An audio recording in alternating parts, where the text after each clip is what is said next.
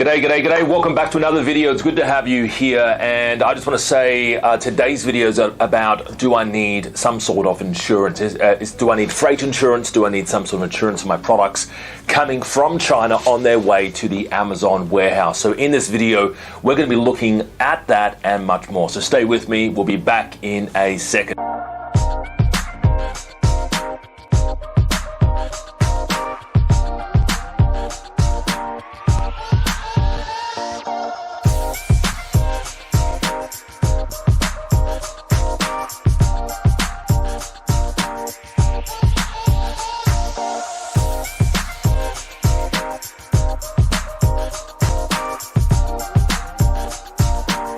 Good to have you back. All right, so today's video is about insurance. Do you need it?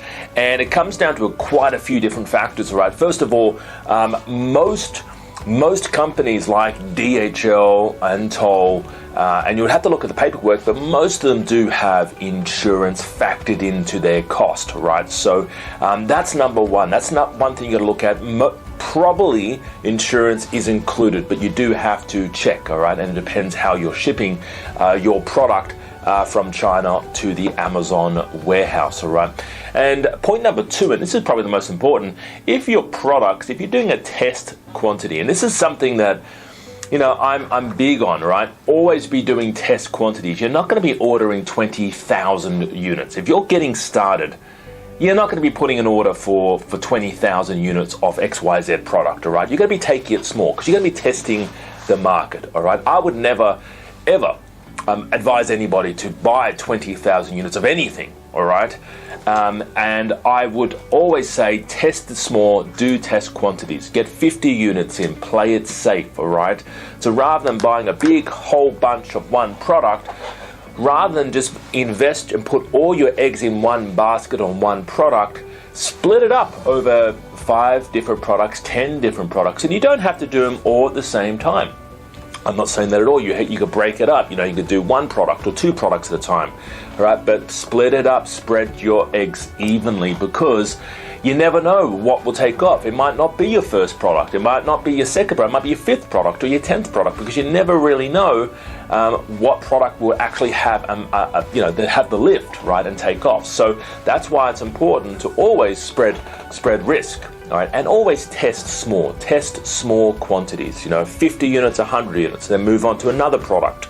Ideally in the same niche, if you're in the pet niche, stay within the pet niche for the first 2 products. If you're in the sports and outdoors niche, right, football, cricket, or whatever, stay within that niche for the first 1 or 2 products, or 3 products, all right? So always test small.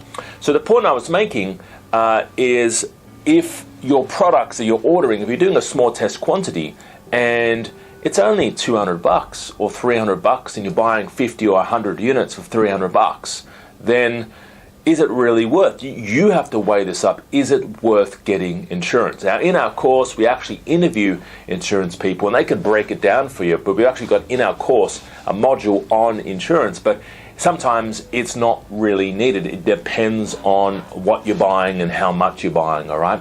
So hopefully that video cleared up a few things.